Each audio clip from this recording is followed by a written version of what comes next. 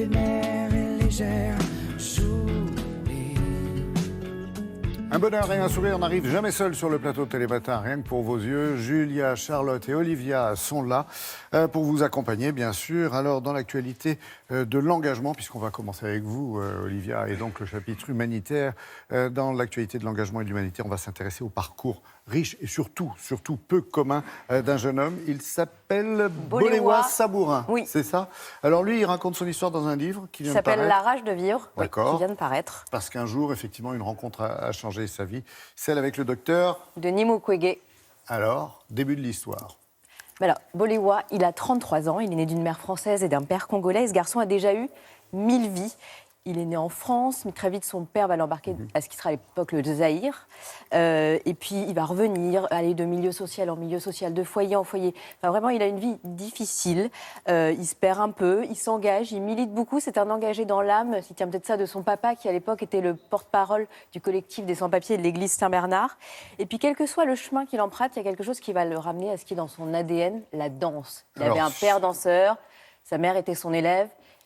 Et si on en parle aujourd'hui, c'est parce que le fameux docteur Mukwege, dont vous parlez, reçoit aujourd'hui le prix Nobel de la paix à Oslo. D'accord. Et un jour, il y a une rencontre qui va être déterminante, c'est donc celle avec le docteur, l'homme qui répare les femmes. Et là, il va lui proposer quelque chose, Boléwa, parce qu'il dit que si la danse, lui a sauvé la vie, elle peut en sauver d'autres. Il va nous raconter cette histoire. Lorsqu'on a cofondé l'OBA avec mon meilleur ami en 2008, on ressentait des douleurs dans nos vies. Certaines violences qu'on avait du mal à pouvoir exprimer verbalement, on les exprimait grâce à l'art.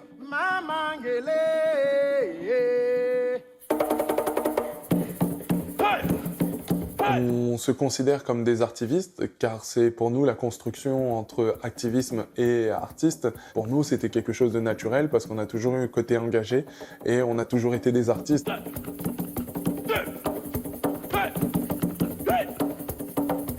Le 8 mars 2016, on décide d'aller assister à une conférence du docteur Denis Mukwege. J'étais fier de voir une personne qui portait de manière digne les couleurs du Congo par son engagement et par son travail, c'est-à-dire de réparer des femmes qui sont victimes de viols avec extrême violence. Dans l'assemblée, il y a une femme africaine qui se lève et qui dit « Docteur, on dit toujours que vous avez réparé beaucoup de femmes, mais combien avez-vous réparé réellement de femmes ?» Et le docteur dit « Vous savez, madame, déjà une, c'est trop. » Dans la plus petite simple réponse, il y avait une gravité énorme. Cette guerre au Congo, qui dure depuis 20 ans, eh ben, il en est devenu un des plus farouches combattants. 1150 femmes sont violées chaque jour au Congo. C'est le deuxième pays le plus dangereux pour être une femme. Et moi, ça a été une révélation pour moi parce qu'il disait aussi que ces femmes n'avaient pas la même capacité culturelle à s'exprimer sur leur trauma et parler des émotions qu'elles pouvaient vivre, mais que par la danse, par le chant, ça pouvait fonctionner.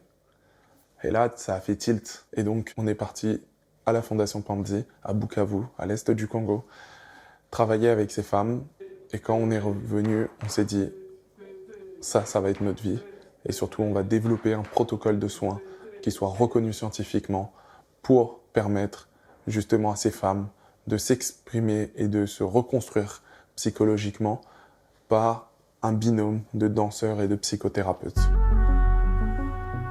Notre objectif à terme, c'est de travailler sur le viol comme arme de guerre dans le monde et donc d'utiliser notre modèle de co-thérapie pour que justement les femmes puissent se réapproprier leur corps, leur psyché aussi. Puis en France, on travaille sur les violences en tout genre faites aux femmes. Donc oui, on pense que passer par le corps qui est meurtri peut justement permettre la libération de la parole. Belle découverte, et pour tout le monde, Olivia, puisqu'il était question justement de ces femmes africaines récemment. Hein. Oui, en fait, nous avons rencontré Boléwa Sabourin dans le cadre de rencontres et de débats organisés par le Monde Afrique, donc qui est le monde destinés à l'actualité africaine, dont la plupart des articles sont gratuits d'ailleurs. Et le thème de ces rencontres, c'était les femmes qui font évoluer le continent africain et leurs combats. Et elles sont très nombreuses et ce sont elles probablement l'avenir du continent. Et Bolewa a conclu cette journée avec son spectacle, avec sa compagnie qui s'appelle Recréation, un spectacle qui raconte C'est celle qu'on l'histoire voit en du photo Congo. derrière vous, hein, la compagnie, c'est ça? Non, ça, ce sont les femmes Voilà. qui l'aident au Congo. Moi, j'ai besoin qu'on m'explique. La compagnie, non, c'était on l'a vu danser avec Oui, la qu'on a jeune vu femme danser, sur d'accord. scène, voilà. Et tout au long de ce spectacle, en plus de la danse, il raconte l'histoire de son pays et l'histoire de ces femmes qui ont toujours été, malheureusement, objet de violence. Ce livre s'appelle La rage de vivre. Il va raconter, vous allez voir, toute son histoire, qui se passe beaucoup en France, évidemment, et puis qui arrive au Congo avec cette thérapie qu'il a mis en place et qui va sûrement pouvoir être multipliée partout dans le monde, évidemment, y compris en France. Le livre, et puis merci La rage Thierry de Lewin, vivre. le réalisateur, parce que la photo qui est derrière vous est vraiment très belle. J'adore ces femmes et leur sourire avec des petits dans les bras. Merci beaucoup Olivier.